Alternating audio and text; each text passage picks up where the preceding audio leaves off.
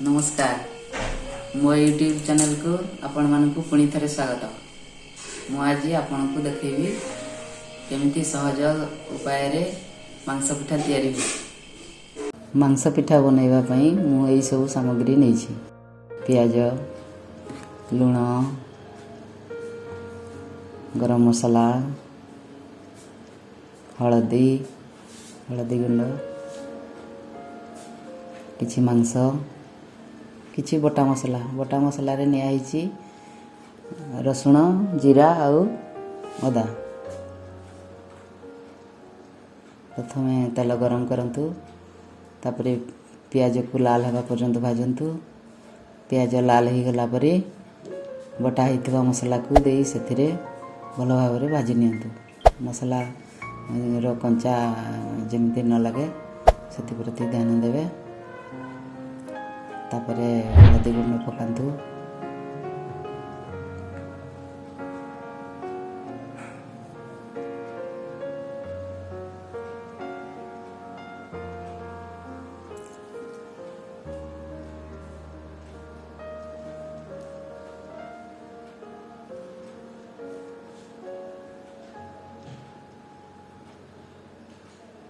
थे टिके पानी दियंतु।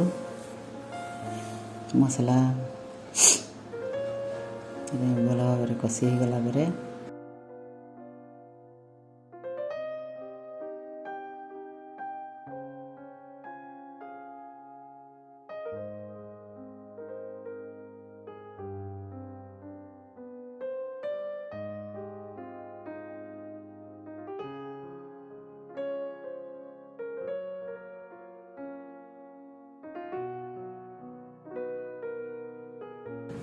गरम मसला मिसांतु।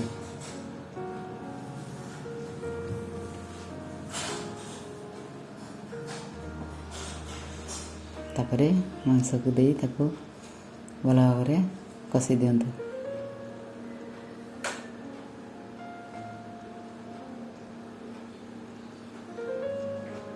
तार लुण पकांतु।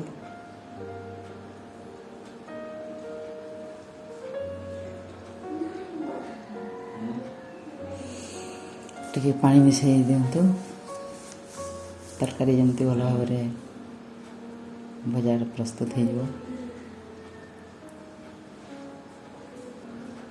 मांस कषि हो गला परे सेतिरे पानी मिसांतु एवं गोटे झोल प्रस्तुत करंतु। एथिरे टिके अधिक पानी दिया ही थाए काहेकि ना सेतिरे चाउल चूना मिसा जीवो। मांस झोल फुटी गला परे आमे सेथिरे ग्राइंडिंग करा जाइथिबा चाउल चूना को मिसेबा।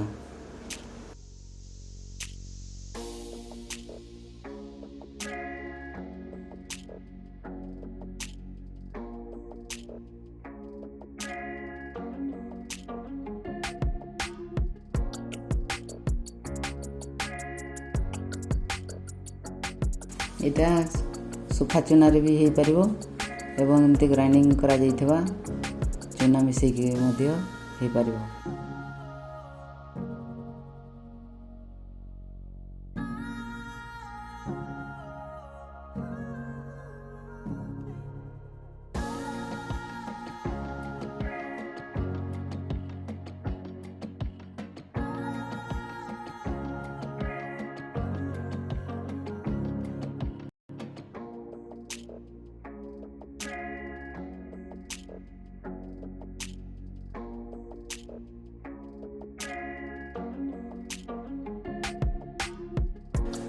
ग्राइंडिंग करा जाइथिबा चूना मिसेला बेलकू जदि सेटा पतला होची ताहले ताकू आउ थरे चुली रे बसैबा को पड़े। चुली रे बसैले सेटा मोटा ही जीवो, तार ए आकार मोटा ही जीवो।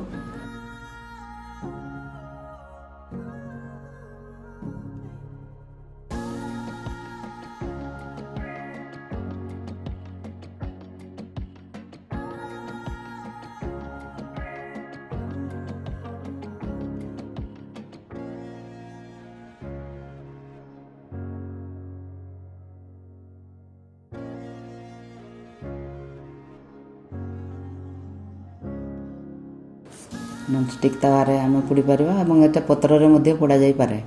ଶାଳ ପତ୍ରରେ ପୋଡ଼ା ଯାଇପାରେ କିମ୍ବା କଦଳୀ ପତ୍ରରେ ମଧ୍ୟ ପୋଡ଼ା ଯାଇପାରେ। ତାୱା ଗରମ କରନ୍ତୁ, ସେଥିରେ ତେଲ କିଛି ଦିଅନ୍ତୁ, 1 ଚାମଚ ତେଲ।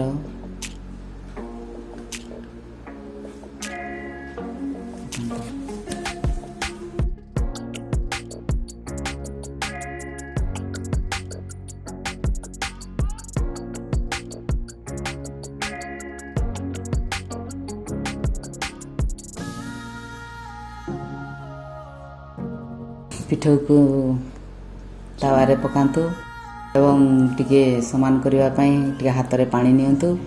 ପାଣି ନେଇକି ତାକୁ ତାୱା ଉପରେ ଏମିତି ପତଳା ଆକାରରେ ଦେଇକି ପୋଡ଼ନ୍ତୁ।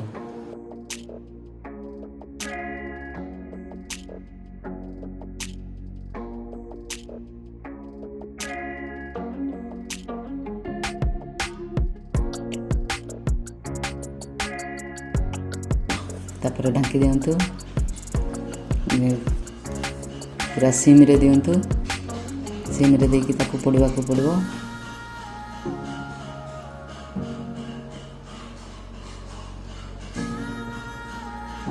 କିଛି ସମୟ ପରେ ଉପର ପଟ ବି ସିଝିଗଲା ଭଳିଆ ଦେଖାଯିବ ଏବଂ ଆମେ ତାକୁ ଆର ପଟକୁ ଓଲଟେଇ ଦେବା।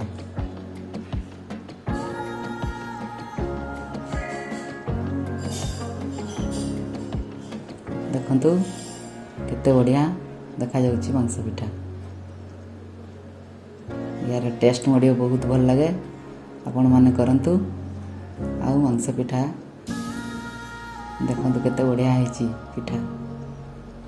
ଆପଣମାନେ ତିଆରି କରନ୍ତୁ ଏବଂ ଥରେ ଖାଇକି ମୋତେ ଜଣାନ୍ତୁ ପିଠା କେମିତି ଲାଗିଲା। ଏ ମାଂସ ପିଠାର ଦ୍ୱିତୀୟ ଭାଗ ମୁଁ ଆପଣଙ୍କୁ ପୁଣି ଦେଖେଇବି। ସେଟା କୁଟା ହେଇଥିବା ଚୁନାରେ ମୁଁ କରିବି।